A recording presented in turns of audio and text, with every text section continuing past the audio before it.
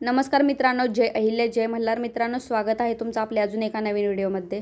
तर मित्रांनो, शिवसेना उद्धव बाळासाहेब ठाकरे खासदार संजय राऊत यांनी पत्रकारांशी संवाद साधताना निवडणूक आयोगातील अनियमिततावर गंभीर आरोप केले। त्यांनी सांगितले की शरद पवार यांनी काल एका गंभीर मुद्द्यावर लक्ष वेधले।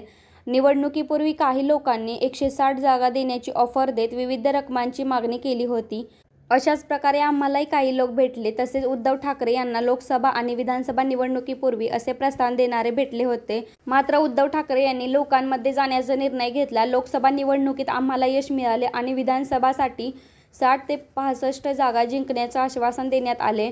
तेव्हा आम्हाला निवडणूक आयोगावर विश्वास होता। आता राहुल गांधी यांनी मत चोरीचे पुरावे सादर केले असून त्यांची सखोल चौकशी व्हावी अशी मागणी राऊत यांनी केली आहे। राहुल गांधी लोकसभेतील विरोधी पक्षनेते जबाबदारीने बोलतात आणि त्यांनी या प्रकरणी सखोल संशोधन केले आहे।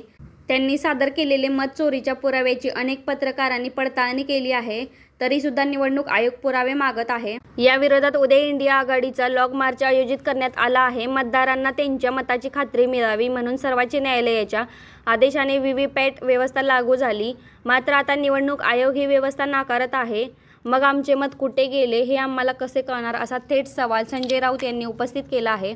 तर अशाच नवीन अपडेट पाहण्यासाठी आपल्या चॅनलला सबस्क्राईब करा। धन्यवाद। जय अहिल्या जय मल्हार।